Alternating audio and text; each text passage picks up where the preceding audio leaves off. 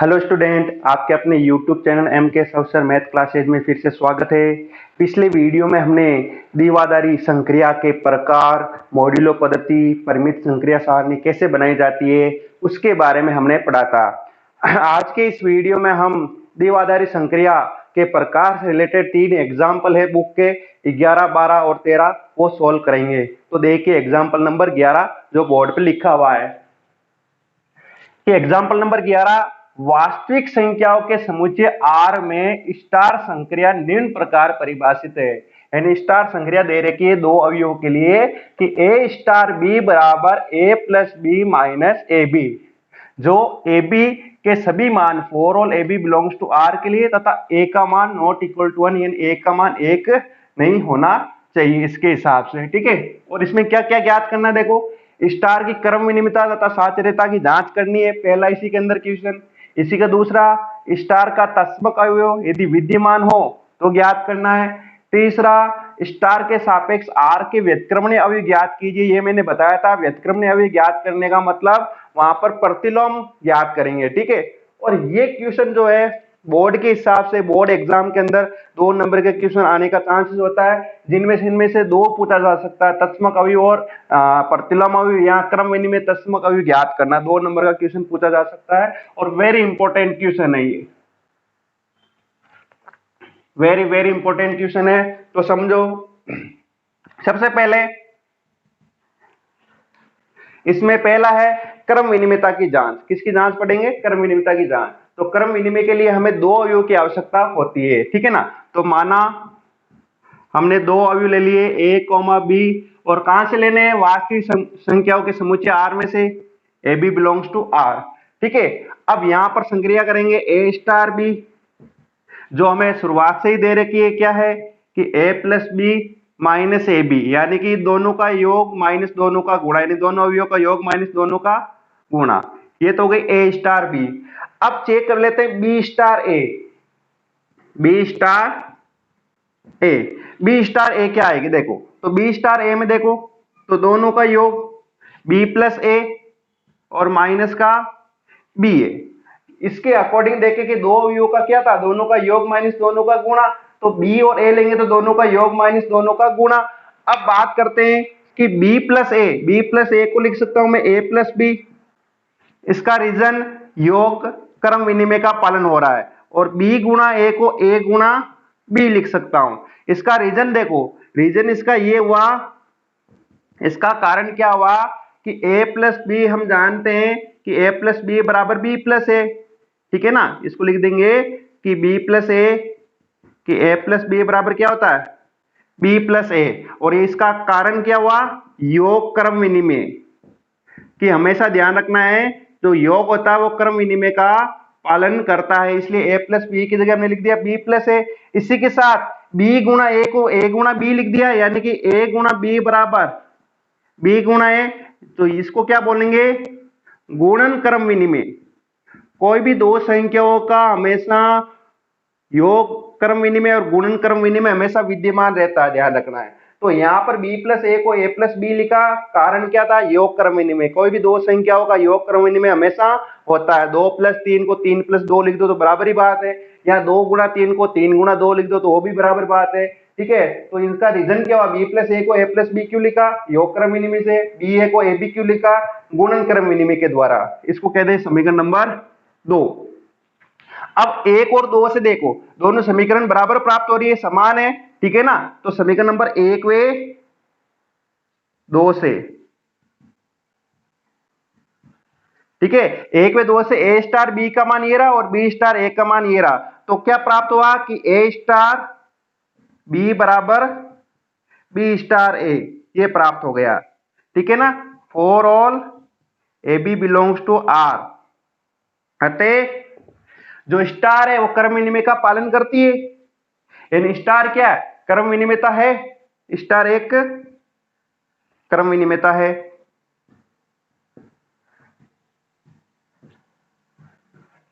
यानी कि क्रम विनिमय संक्रिया, स्टार एक क्रम विनिमय संक्रिया, ऐसे लिख दो।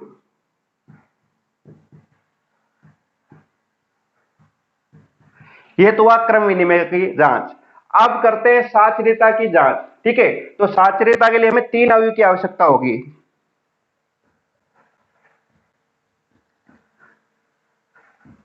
साचर्यता की जांच। अब साचर्यता की जांच के लिए कितने अवयव की आवश्यकता होगी? 3 अवयव की। कि माना ए, बी और सी जो मैंने आर से लिए हैं, माना ए, बी और सी कहां से लिए? आर से लिए है। ठीक है, अब इसकी साचर्यता की जांच कैसे होगी? तो ए स्टार बी स्टार सी करेंगे। तो देखते हैं इसके अंदर, यहां लिखा देता हूं। ठीक है, तो यहां पर सबसे पहले ए स्टार बी स्टार सी, तो सबसे पहले मैं बी और सी की संक्रिया साथ में करा के चेक कर लेता हूं। ठीक है, साचर्यता की जांच में माना A B C belongs to R, तो A star B star C, तो ए स्टार को रहने दे, बी और सी के साथ संक्रिया करा ले। पहले क्या होगी? बी और सी के साथ दो अवयवों की संक्रिया क्या है? दोनों का योग माइनस दोनों का गुणा। तो यहां पर क्या हो जाएगा? दोनों का योग बी प्लस सी और दोनों का गुणा हो जाएगा बी सी। बी प्लस सी माइनस बी सी, समझ रहे हो कि बी और सी के लिए हमने संक्रिया लगाई, तो क्या हुआ? दोनों का योग माइनस दोनों का गुणा। अब फिर से संक्रिया लगाई, क्यों? स्टार, फिर से संक्रिया का चिन्ह है ये, तो फिर से संक्रिया में क्या कि यहां पर ये अपना आप में एक अवयव हो गया और ये दूसरा अवयव हो गया अपने आप में। तो दो अवयवों के लिए संक्रिया का चिन्ह क्या क्या होता है? कि दोनों का योग माइनस दोनों का गुणा।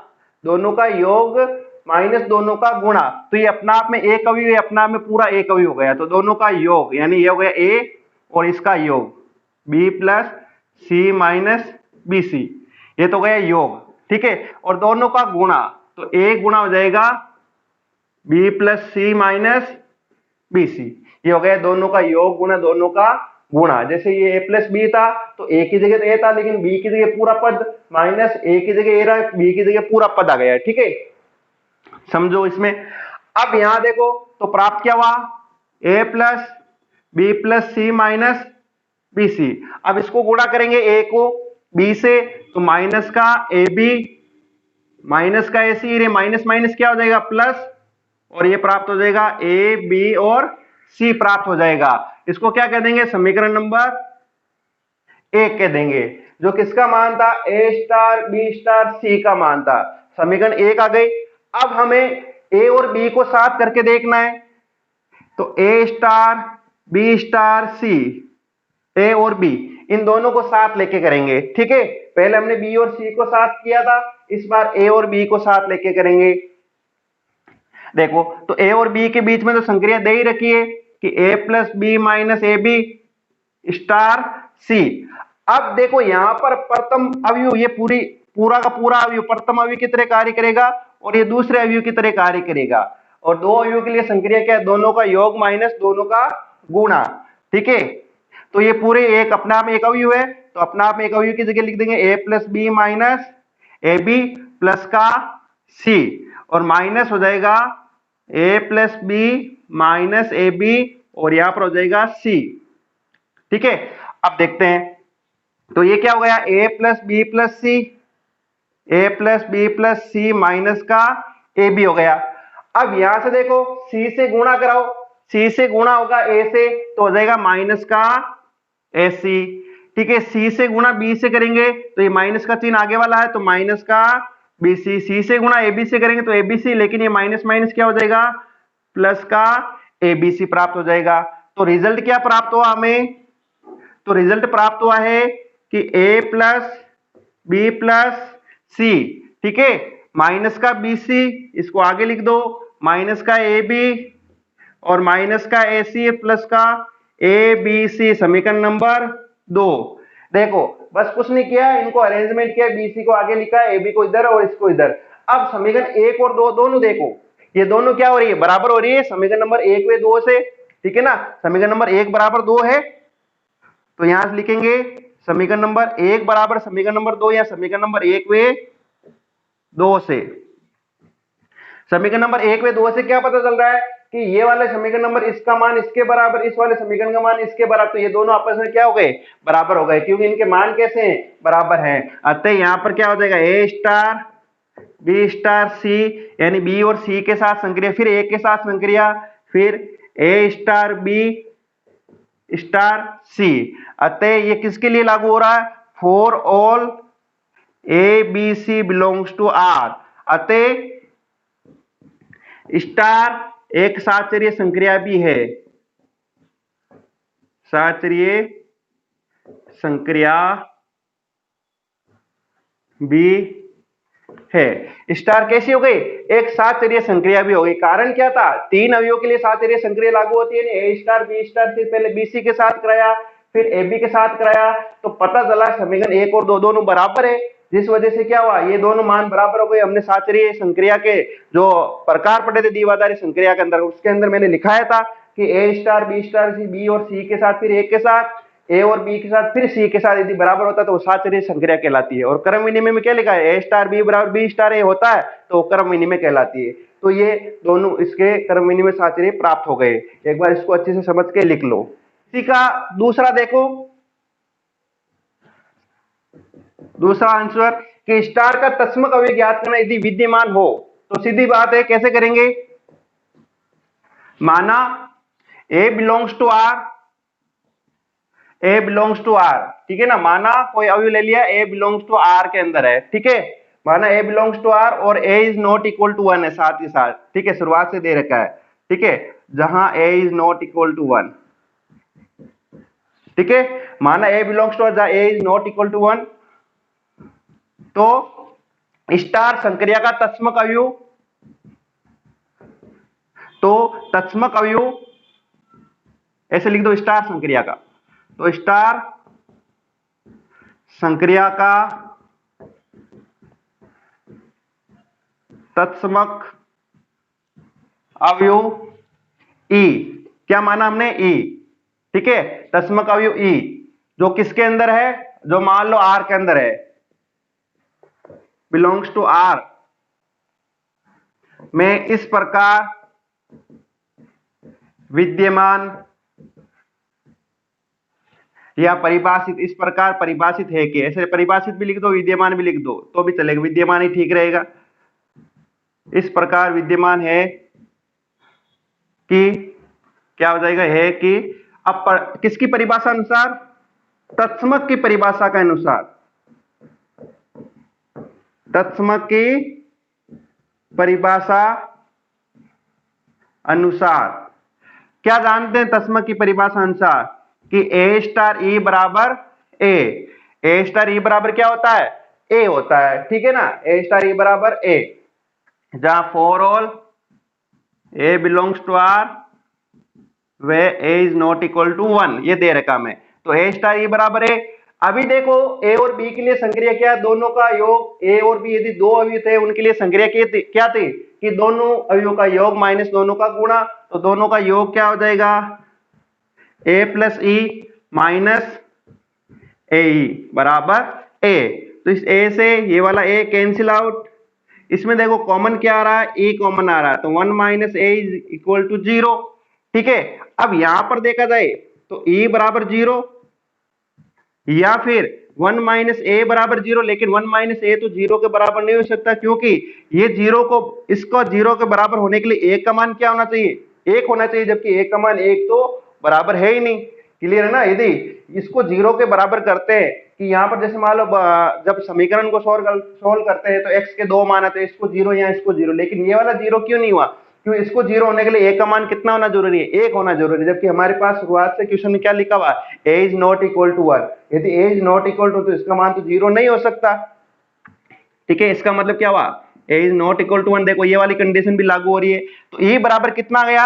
e बराबर 0 प्राप्त हो गया, और e बराबर जो 0 है वो क्या है? बिलोंग्स टू r है। अतः स्टार संक्रिया का तत्समक अवयव क्या होगा? स्टार संक्रिया का तत्समक अवयव विद्यमान होगा, का तत्समक अवयव क्या होगा? विद्यमान होगा, ठीक है ना। वह कितना होगा? तत्समक अवयव विद्यमान होगा, वे e बराबर 0 होगा। क्लियर है? तो ये हमने निकाल लिया स्टार संक्रिया का तत्समक अवयव किस प्रकार से फाइंड आउट करते हैं या कैसे प्राप्त करते हैं। तो ये तरीका हुआ तत्समक अवयव ज्ञात करने का तरीका, ठीक है ना। देखो वापस देख लो, हमने क्या किया, ए बिलोंग्स टू आर माना, स्टार का तत्समक अवयव हमने ई मान लिया जो आर में है। यदि ये शुरुआत में आर में माना और यहाँ पर आर में नहीं होता तो तत्समक अवयव विद्यमान ही नहीं होता, ठीक है ना। यदि ये आर में है तो तत्समक अवयव विद्यमान, आर में नहीं होता तो तत्समक अवयव विद्यमान नहीं होता। अब इसका प्रतिलोम अवयव ज्ञात करेंगे, ठीक है। प्रतिलोम अवयव कैसे निकालेंगे देखो, तो इसका तीसरा पॉइंट, ये तो निकाल लिया हमने तत्समक अवयव ज्ञात करने के लिए। दूसरा तत्समक अवयव यदि विद्यमान हो तो, अब तीसरा व्युत्क्रमणीय अवयव, यहां प्रतिलोम अवयव के लिए किसके लिए ज्ञात करेंगे, व्युत्क्रमणीय अवयव अर्थात प्रतिलोम ज्ञात करने के लिए, प्रतिलोम अवयव के लिए।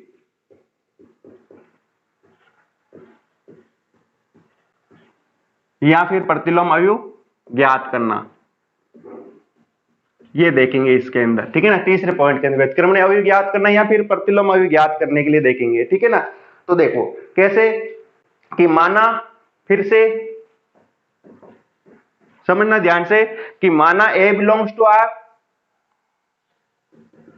ए बिलोंग्स टू आर जहां A is not equal to 1, ठीक है, A is not equal to 1 दे रखा है, का प्रतिलोम अवयव, का प्रतिलोम अवयव x इस प्रकार, ठीक है। ध्यान रखना, अब x को यहां पर बिलोंग्स टू r मत बताना शुरुआत में, इसका रीजन बता देता हूं। क्योंकि व्युत्क्रमणीय अवयव तभी आएंगे जब लास्ट में जाके x बिलोंग्स टू r आएगा। यदि वो x बिलोंग्स टू r रहेगा तो बाकी जो a के मान है वो व्युत्क्रमणीय अवयव कहलाएंगे। तो आपको सीधे सीधे लिखना कि माना a बिलोंग्स टू r, तो प्रतिलोम अवयव x इस प्रकार विद्यमान है, प्रतिलोम अवयव x इस प्रकार विद्यमान है कि, अब प्रतिलोम की परिभाषा क्या होती है, प्रतिलोम की परिभाषा के अनुसार, प्रतिलोम की परिभाषा के अनुसार a स्टार x बराबर a क्या होता है कि a स्टार x बराबर a, ठीक है। a स्टार x बराबर e, sorry a star x बराबर e ये होता है, ध्यान रखना a नहीं होता, a स्टार x बराबर क्या होता है, e होता है। यानी कि अवयव और उसके प्रतिलोम की संक्रिया कराएंगे तो हमें तत्समक अवयव प्राप्त होगा। क्या प्राप्त होगा, तत्समक अवयव। ये क्या होता है, ये होता है तत्समक अवयव। और तत्समक अवयव के बगैर यदि e ज्ञात नहीं होगा तो इसका प्रतिलोम भी ज्ञात नहीं कर पाएंगे, तो पहले e ज्ञात होना जरूरी है। तो a स्टार x बराबर e, तो दो अवयव के बीच में संक्रिया a plus B minus A B, तो यहां पर क्या हो जाएगा इसका a plus X minus A X, और e बराबर कितना आया था, e बराबर देखो ये रहा 0, लिख दिया हमने। अब देखते हैं इसमें a इधर जाएगा और x यहां से कॉमन आ जाएगा, तो ठीक है। तो पहले मैं यहां लिख देता हूं x माइनस ए एक्स बराबर माइनस का a।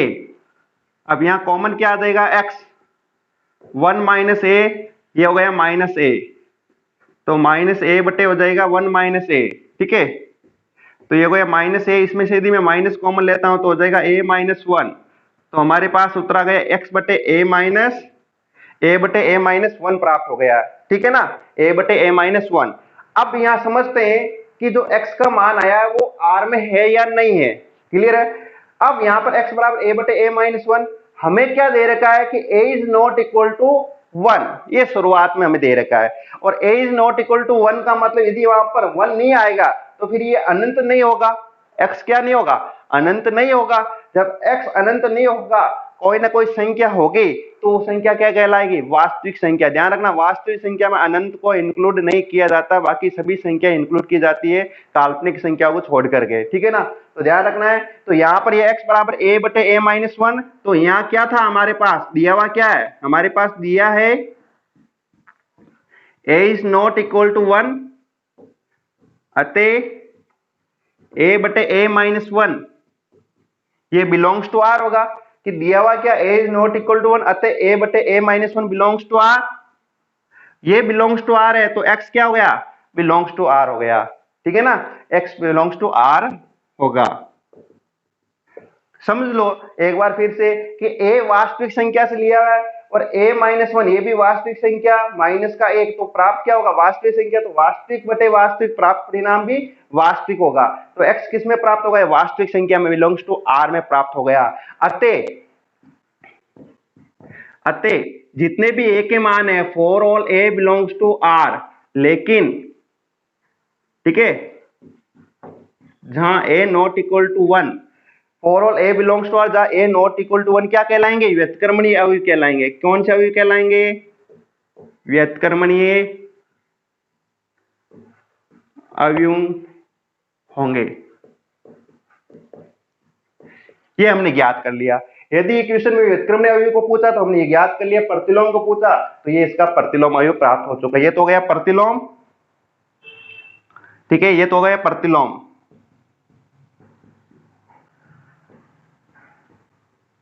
और ये नीचे ज्ञात कर लिया हमने कि जितने भी a के मान थे वो r में थे, जहां a नॉट इक्वल टू 1 क्या कहलाएंगे?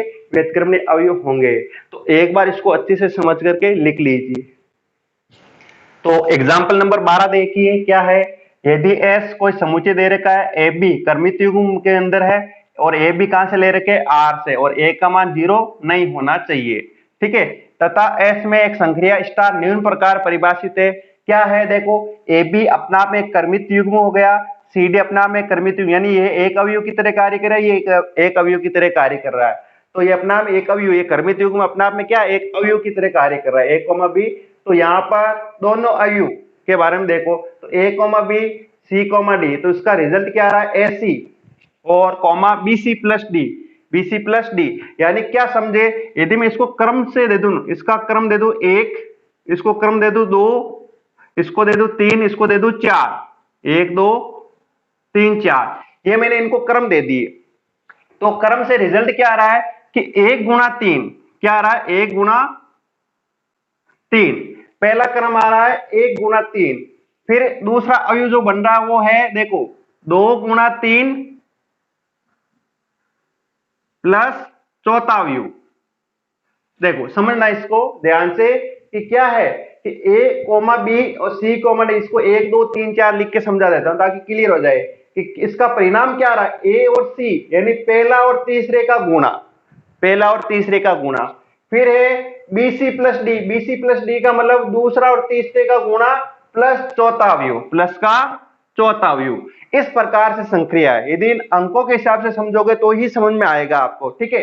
तो आपको स्टार के क्रम विनिमयता और साचर्यता की जांच करनी है, तस्मक अवयव ज्ञात करना है, व्युत्क्रमणीय अवयव और प्रतिलोम अवयव ज्ञात करना है, पहले क्वेश्चन की तरह। तो समझो इसको, देखो, पहला क्रम विनिमयता की जांच,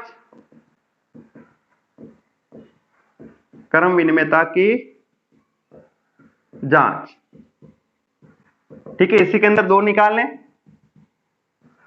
क्रम विनिमय के लिए कितने अवयव चाहिए? हमें 2 अवयव चाहिए।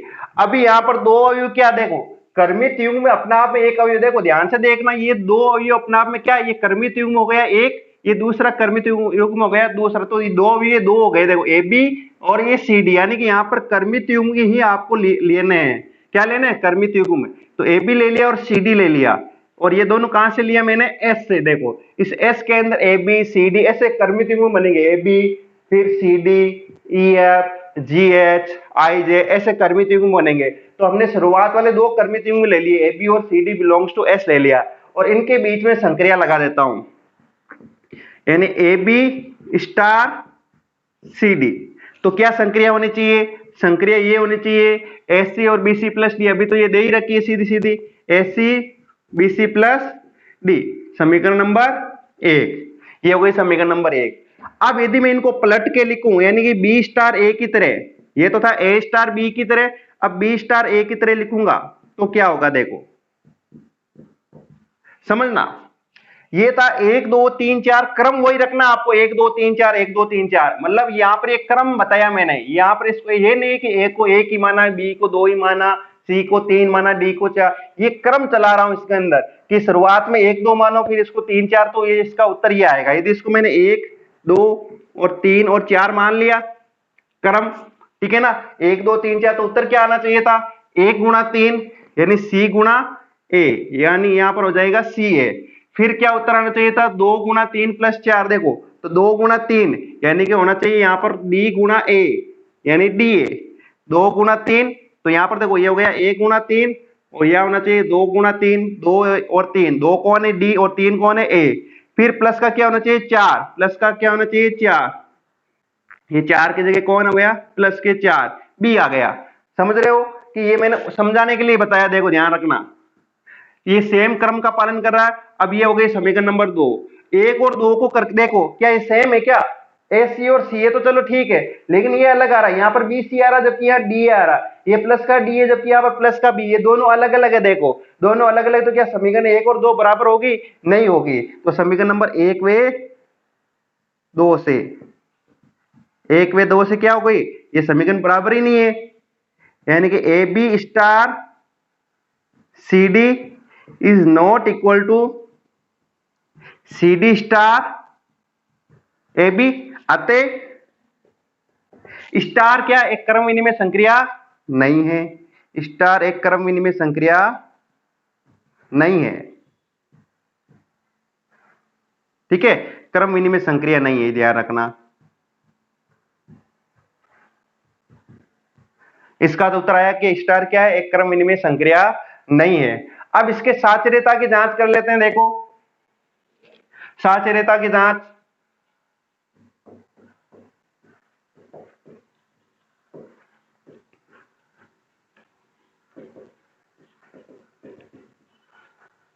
ये पहले पॉइंट में ये साचर्यता की जांच, इसमें आपको क्या करना है 3 अवयव लेने, ए बी सी जैसे वहां पर लेते, लेकिन यहां पर क्रमित युग्म में चल रहे हैं तो 3 क्रमित युग्म लेने, ए बी सी डी और ई एफ क्रमित युग्म में। क्या क्या क्रमित युग्म आ जाएंगे 3, ए बी सी डी और ई एफ, ये क्रमित युग्म हमने ले लिए। कहां से लिए, एस में से लिए, ध्यान रखना कहां से लिए, एस में से हमने 3 क्रमित युग्म ले लिए। फिर इन क्रमित युग्म को आपस में या इन तीनों अवयव को ए स्टार बी स्टार सी करते हैं। वैसे इसी के अंदर देखो ए comma B star C comma D star ए कोमा एफ। तो पहले ये अपना आप देखो, ये अपना आप एक अवयव, ये दूसरा, ये तीसरा, तो पहले इन दोनों अवयव के साथ संक्रिया लगाते हैं, ठीक है, पहले इन दोनों के साथ संक्रिया लगा लेते हैं, फिर उसके बाद पहले के साथ लगाएंगे संक्रिया, तो क्या प्राप्त होगा देखो समझो इसमें, तो ये हो जाएगा ए कोमा बी स्टार।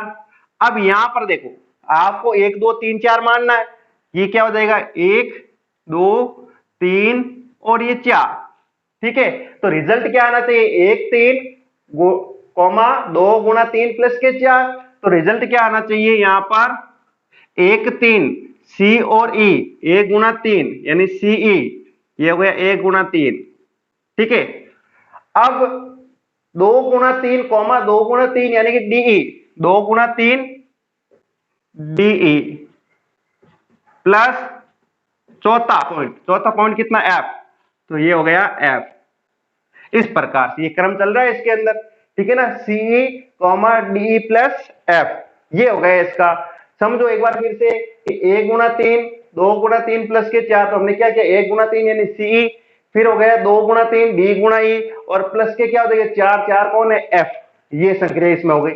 अब इसी के अंदर देखो अब क्या है, अब सोल्व करते हैं, ये अपना आप एक अवयव हो गया, ठीक है ना, और ये अपना आप एक अवयव, क्लियर। यानी कि यहां पर यदि इसको सोल्व करेंगे तो किस प्रकार से प्राप्त होगा, तो यहां मैं मिटा देता हूं ताकि क्लियर हो जाए आपको। अब देखो अब ए बी और सी डी प्लस एफ, तो इसको यदि मैं 1 2 मानूं, ये हो गया 1 ये 2 ये पूरा 3 और ये पूरा यहां पर 4, तभी तो हो पाएगा ना, क्यों ये अपना आप एक अवयव और इसका जो रिजल्ट बना ये एक अवयव, ये पूरा का पूरा क्या हो गया दूसरा अवयव, यानी कि ये एक कर्मित युग्म ये दूसरा कर्मित युग्म है, जिसमें इसको 1 और 2 इसको 3 और 4 मान लो फिर से, ठीक है ना। अब सोल्व करते हैं तो रिजल्ट क्या आना चाहिए, ठीक है, ये ध्यान रखना 1 2 3 4 मैंने समझाने के लिए लिखा है, ये कोई क्वेश्चन में इंक्लूड नहीं है, ध्यान रखना है, ठीक है। अब फिर से देखो उत्तर क्या आना चाहिए 1 गुणा 3, उत्तर क्या आना चाहिए 1 गुणा 3, तो 1 और 3 ले लो तो हो जाएगा ए सी ई, देखो 1 गुणा 3 1 2 3 4 का रिजल्ट क्या होना चाहिए 1 गुणा 3, तो 1 और 3 ए सी ई, क्लियर, कॉमा 2 गुणा 3 2 गुणा 3, तो देखो 2 गुणा 3 ये हो जाएगा 2 गुणा 3 कितना बी सी ई प्लस देखो प्लस था 4, समझ रहे हो कि 2 गुना 3 और प्लस के क्या था 4, और 4 कितना है डीई प्लस एफ है, कितना है डीई प्लस एफ है। तो इसको कह दो समीकरण नंबर 1 यहां पर, समझ रहे हो। ठीक है, किस प्रकार से हो रहा है ये, तो इसको मैं मिटा देता हूं ताकि कंफ्यूजन नहीं हो किसी प्रकार का। वापस देख लो कि क्या रिजल्ट था, 1 गुना 3 ए सी ई, ठीक है, 2 गुना 3 बी सी। देखो ध्यान रखना 2 गुना 3 क्या था 2 गुना 3, तो ये था 2 गुना 3 बी सी ई, फिर हो गया फिर प्लस के 4, प्लस के 4 कितना D plus F, D plus F. अब इसका करते हैं दूसरे वाला, ए comma B star C comma D. अब इनको पहले साथ में कराएंगे, फिर ए कोमा एफ को कराएंगे, ठीक है। तो कैसे, देखो इसका तो रिजल्ट पता ही है सीधा सीधा, एबीसीडी का क्या रिजल्ट है, देखो ये रहा A C B C plus D, B C plus D, और यहां पर हो जाएगा ए कोमा एफ। इसका तो सीधा रिजल्ट ये रहा, लिख दिया यहां पर। तो ये अपना में पूरा एक अवयव की तरह कार्य करेगा, यानी एक कर्मित युग्म हो गया, दूसरा कर्मित युग्म हो गया, ठीक है ना। जिसमें हम क्या करेंगे, इसको 1 2 3 4 ये मानेंगे, तो ये तो हो जाएगा 1, ये पूरा अपने आप में 2, और ये 3 और ये 4, 1 2 3 4, तो ही आपको समझ में आ पाएगा। देखो अब उत्तर क्या आना चाहिए, उत्तर आना चाहिए 1 गुना 3 यानी एसी गुणा ई, तो ए सी ई, ठीक है, एसी गुणा ई तो ए सी ई। दूसरा क्या था 2 गुना 3, तो 2 कितना है, ये रहा बी सी प्लस डी, ये हो गया 2, और गुणा कितना है 3, गुणा 3 यानी कि ई आ जाएगा, प्लस प्लस चौथा अवयव, इसमें चौथा अवयव कितना है एफ, ये हो गया एफ, ठीक है। इसको सोल्व करते हैं, देखो ए सी ई, अब ई से गुणा कराओ, देखो बी सी ई से गुणा होगा डीई, और प्लस का कितना है एफ है, प्लस का कितना है एफ है, ये हो गई समीकरण नंबर 2। अब समीकरण नंबर 1 और 2 दोनों देखो क्या हो रही है, बराबर हो रही है, सीधी सी बात है। तो समीकरण नंबर 1 बराबर 2, यानी समीकरण नंबर 1 व 2 से, समीकरण नंबर 1 व समीकरण नंबर 2 से प्राप्त हो रहा हमारे पास ए बी यानी कि C D star E F, यानी सी डी और ई एफ की संक्रिया पहले कराई फिर ए बी के साथ कराई, या फिर A B star C D इनकी संक्रिया हमने पहले कराई, फिर बाद में हमने कराई इसकी ई एफ के साथ संक्रिया। तो ये दोनों कैसे थे, बराबर थे। देखो समीकरण 1 2 से दोनों बराबर है, और ये सभी अवयव के लिए जितने भी 4 ऑल आप लेके आओगे, जितने 3 कर्मित युग्म ए बी सी डी और E F belongs to S, S में से जितने 3 कर्मित युग्म लोगे उन सभी के लिए लागू होगा ये। अतः स्टार क्या हो गई, अतः स्टार एक सात्रीय संक्रिया है। कौन सी संक्रिया है, एक सात्रीय संक्रिया है, ठीक है। तो एक बार इसको अच्छे से समझ के लिख लीजिए। इसी का दूसरा पॉइंट, तत्समक अवयव ज्ञात करना, स्टार का तत्समक अवयव ज्ञात करेंगे, ठीक है ना। अब देखो क्या करेंगे इसमें कि माना ए बिलोंग्स टू आर, तो यहां पर हो जाएगा A B belongs to S, क्यों कर्मित युग्म में चल रही है संक्रिया ये। तो माना A B belongs to S, A B belongs to S, ठीक है, माना A B belongs to S है, तो स्टार का तत्समक अवयव या तत्समक युग्म कह सकते हैं, तत्समक कर्मित युग्म है, तो स्टार का तत्समक कर्मित युग्म या तत्समक क्या होगा, मान लो, ठीक है, क्या मान लेते, देखो इसमें कि ए बी बिलोंग्स टू, जैसे ए लेते थे तो ई मान के करते थे तत्समक अवयव, इस बार ए बी है तो तत्समक अवयव भी क्या आएगा, कर्मित युग्म में आएगा, ध्यान रखना तत्समक अवयव भी क्या आएगा, कर्मित युग्म में। तो है तो स्टार का तत्समक ई कोमा एफ, क्योंकि सारे मान कर्मित युग्म में ही उत्तर आएंगे, ठीक है ना। तो स्टार का तत्समक E comma F belongs to S में इस प्रकार परिभाषित भी लिख सकते हो, ध्यान रखना, इस प्रकार परिभाषित या विद्यमान होगा, इस प्रकार परिभाषित होगा कि, क्लियर। अब तत्समक की परिभाषा क्या होती है? तत्समक की परिभाषा अनुसार तत्समक की परिभाषा होती है ए स्टार ई बराबर ए, यहां पर हो जाएगा A B star E F, क्योंकि तत्समक क्या लिया? ई एफ बराबर ए की जगह ए बी है तो बराबर आ जाएगा ए बी, ठीक है ना, clear. For all A B belongs to S, ये इसके अंदर विद्यमान रहेगा, A B star E F बराबर ए बी, ठीक है। अब यहां पर फिर से वही कि 1 2 3 4, तो 1 गुना 3 2 गुना 3 प्लस के 4, तो ये 1 2 3 4, इनका रिजल्ट क्या आना चाहिए? इनका रिजल्ट आना चाहिए 1 गुना 3, ये रहा 1 गुना 3, तो यहां पर 1 और 3 का गुना ए ही हो जाएगा। फिर 2 गुना 3, 2 गुना 3 देखो तो इसका 2 गुना 3 क्या हो जाएगा? बी हो जाएगा, ठीक है। फिर इसका प्लस का 4 कौन है? एफ ही है इसके अंदर 4, तो एफ आ जाएगा बराबर ए कोमा बी। तो ये क्रमित अंग प्राप्त हो गए। अब इनकी तुलना कर लो कैसे कि इसका पहला अवयव इस क्रमित अंग का पहला अवयव इसका पहला अवयव बराबर होगा, इसका दूसरा अवयव, यानी तुलना करने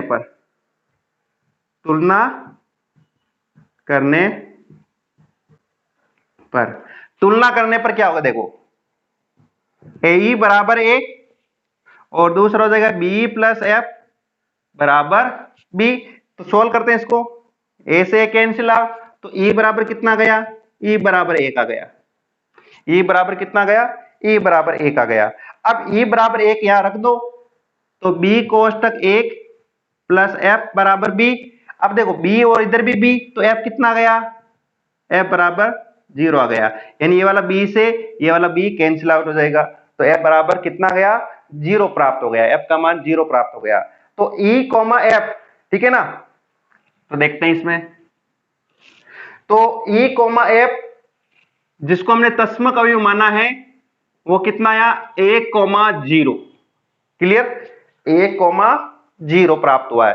और 1,0 देखो 1,0 ए बी क्या होना चाहिए? बिलोंग्स टू आर होना चाहिए। जैसे ई और एफ आया, ई का मान 1 और एफ का मान 0, तो 1 भी आर में है 0 भी आर में, लेकिन ए का मान नॉट इक्वल टू 0, तो पहला अवयव क्या हो रहा? नॉट इक्वल टू 0 है, 1 आ रहा है तो 0 के बराबर नहीं है, यानी ये प्राप्त हो गया बिलोंग्स टू आर। अतः स्टार का तस्मक अवयव विद्यमान होगा, वे कितना होगा? तस्मक विद्यमान है, वे कितना है? स्टार का तस्मक विद्यमान है तो कितना है? 1,0 है, ठीक है ना, वे ई कॉमा एफ कितना हो जाएगा? 1,0 होगा, क्लियर। ये था तस्मक निकालना। अब इसी का स्टार के सापेक्ष व्युत्क्रमणीय अवयव और प्रतिलोम अवयव ज्ञात करना। स्टार के सापेक्ष व्युत्क्रमणीय अवयव और प्रतिलोम अवयव, तो तीसरा पॉइंट,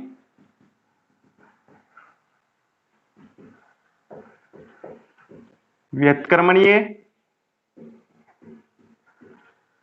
अवयव व प्रतिलोम अवयव ज्ञात करना, ये दोनों ज्ञात करेंगे।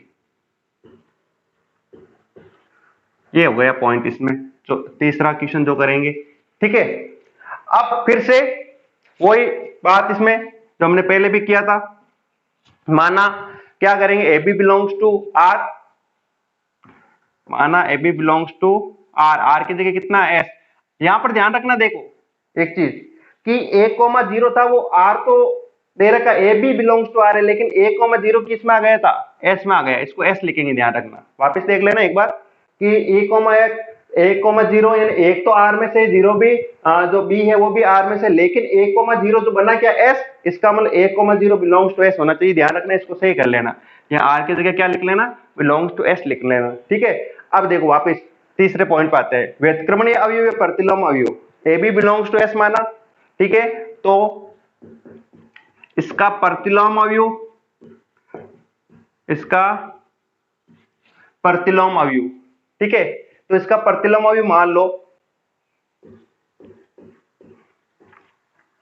जैसे सिंगल आंकड़ा आता था ए आता था, उसका एक्स मानते थे, अभी ए बी है तो वहां पर क्या मान लेंगे एक्स वाई, सीधी बात है। तो इसका प्रतिलोम अवयव एक्स वाई इस प्रकार विद्यमान या परिभाषित, देखो मैं दोनों ही लिखा रहा हूं, पहले विद्यमान लिखा था पहले वाले क्वेश्चन में, इसमें परिभाषित लिखा रहा हूं ताकि कोई कंफ्यूजन ना रहे। इस प्रकार परिभाषित होगा या विद्यमान होगा, कोई दिक्कत नहीं, विद्यमान लिख दो। इस प्रकार विद्यमान या कोष्टक में लिख दो परिभाषित।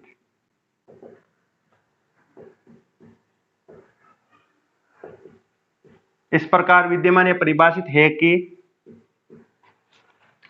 प्रतिलोम की परिभाषा अनुसार, किसकी परिभाषा अनुसार, प्रतिलोम की परिभाषा अनुसार, प्रतिलोम की परिभाषा अनुसार। प्रतिलोम की परिभाषा यह बताती है कि ए स्टार एक्स बराबर ई, जबकि यहां हो जाएगा A comma B star X Y, क्योंकि ए अपने आप में पूरा कर्मित ए बी है और एक्स की जगह एक्स वाई है, तो A B star X Y बराबर क्या हो जाएगा ई एफ, ई एफ। और ये क्या है, ये यहां पर तत्समक है, ध्यान रखना क्या है, तस्मक है, ठीक है ना। ये वाला क्या है पूरा पूरा, ये पूरा पूरा तस्मक है, क्या है तस्मक, ठीक है, ताकि आपको क्लियर है। जैसे पहले क्वेश्चन में हमने 11th का 11वां जो क्वेश्चन किया था उसी के अकॉर्डिंग इसमें कर रहे हैं। अब फिर से बात वही आती है कि चार अवयव हो गए, मतलब 1 2 3 4 A B star X Y, तो इनके लिए संक्रिया क्या आती है 1 गुणा 3 2 गुणा 3 प्लस 4। तो देखो 1 गुणा 3 तो एक्स, 1 गुणा 3 क्या है एक्स, फिर आ जाएगा 2 गुणा 3 यानी कि बी एक्स प्लस के 4, देखो 1 2 3 4, फिर से देख लो 1 गुणा 3 एक्स, 2 गुणा 3 बी एक्स और प्लस के 4 यानी कि वाई। और ई एफ का मान कितना, देखो ई एफ का मान है 1,0, यहां पर 1 और दूसरा हो जाएगा 0। अब तुलना करने पर, तुलना कर लेते हैं क्या होगा, तो तुलना से एक्स बराबर 1, एक्स बराबर कितना आया 1 आया, और दूसरा इधर की तरफ बी एक्स प्लस वाई बराबर 0। तो एक्स का मान कितना गया इसमें, एक्स का मान आ गया 1/a, एक्स बराबर कितना गया 1/a। तो फिर यहां पर 1/a लिखूंगा मैं, बराबर क्या आ जाएगा y, तो y बराबर क्या आ जाएगा -b/a। और यहां पर शुरुआत के अंदर ही देखो कि a क्या है नॉट इक्वल टू 0, देखो शुरुआत में दे रखा है कि दिया हुआ क्या है, कि हमारे पास दिया हुआ है कि a is not equal to 0, अतः x बराबर 1/a, जब a नॉट इक्वल टू 0 है तो x बराबर 1/a, ये r होगा, ठीक है ना। 1/a क्या होगा r होगा, देखो a नॉट इक्वल टू 0 तो जो भी मान आएगा वो r होगा, x बराबर 1/a, क्योंकि a 0 के बराबर नहीं है तो a के सारे मान कहां से ले रखे हैं r में से, तो 1/a भी क्या होगा वास्तविक संख्या होगा, इसका मतलब x भी क्या हो जाएगी वास्तविक संख्या। और दूसरा y बराबर -b/a, क्योंकि a is not equal to 0, अतः -b/a भी क्या होगा बिलोंग्स टू r। तो क्या पता चल रहा है कि x भी r में है और y भी r में है, देखो a और b दोनों r में है तो a b किस में हो गया s में, समझ रहे हो। देखो फिर से समझते हैं कि a और b जब r में थे तो a b का कर्मित युग्म किस में हो गया s में, तो x r में और y r में है तो x y का कर्मित युग्म किस में हो जाएगा s में, ठीक है। अतः एस वाई का कर्मित युग्म, अतः x, y जिसका मान था 1/a, -b/a, x, y 1/a, -b/a belongs to s होगा, अर्थात बिलोंग्स टू s हो गया, अर्थात ये हो गया कि जितने भी ए बी है वो क्या कहलाएंगे व्युत्क्रमणीय अवयव, अर्थात for all belongs to A B, जो किससे for all A B belongs to S, जो एस के अंदर विद्यमान है, ठीक है ना। जहां A B belongs to R है ही है, कोई दिक्कत है नहीं, for all A B belongs to S और ए नॉट इक्वल टू 0 दे ही रखा है, ए नॉट इक्वल टू 0, यानी कि यहां पर लिख सकते हैं कि for all A B belongs to S क्या कहलाएंगे व्युत्क्रमणीय अवयव होंगे। और ए नॉट इक्वल टू 0 दे रखा है, ठीक है, और AB बिलोंग्स टू क्या है, A भी R से रिलेटेड है, बी भी आर से रिलेटेड है, ठीक है ना। तो for all A B belongs to S व्युत्क्रमणीय अवयव होंगे जहां A not equal to zero, A belongs to R, B belongs to, व्युत्क्रमणीय अवयव कौन हो गए, ए बी के जितने भी मान, कंडीशन क्या है, नॉट इक्वल टू जीरो, तो ये वाले क्या कहलाएंगे, व्युत्क्रमणीय अवयव कहलाएंगे। और प्रतिलोम अवयव क्या आ गया, ये हो गया इसका प्रतिलोम अवयव, ध्यान रखना ये क्या है, प्रतिलोम अवयव, एक्स वाई वन अपॉन ए और माइनस बी अपॉन ए, ये क्या वन अपॉन है माइनस बी अपॉन ए, प्रतिलोम अवयव हो गया, और व्युत्क्रमणीय अवयव ये कहलाएंगे, ठीक है, ये तो हो गया प्रतिलोम अवयव, ठीक है। ये वाला क्या था, प्रतिलोम अवयव था। ये जो चीज लिखी हमने इसमें ब्रैकेट के अंदर ये प्रतिलोम अवयव निकाला, और ये जो चीज लिखी व्युत्क्रमणीय अवयव के बारे में जानकारी थी, तो ये कुछ इस प्रकार से था, तो इसको एक बार समझ करके अच्छे से लिख लीजिए। तो आज के इस वीडियो में हमने एग्जाम्पल नंबर 11 और एग्जाम्पल नंबर 12 सरल कर लिया है। अगले वीडियो के अंदर हम एग्जाम्पल नंबर 13 और एक्सरसाइज 1.3 के कुछ क्वेश्चन देखेंगे। यदि आपको मेरा वीडियो पसंद आया तो इसे लाइक कीजिए, ज़्यादा से ज़्यादा शेयर कीजिए, और यदि मेरे चैनल पर आप नए हो तो चैनल को सब्सक्राइब जरूर कीजिए और बेल आइकन को जरूर दबाएं ताकि मेरे नए वीडियोज़ के नोटिफिकेशन आपको मिल सके। Thank you.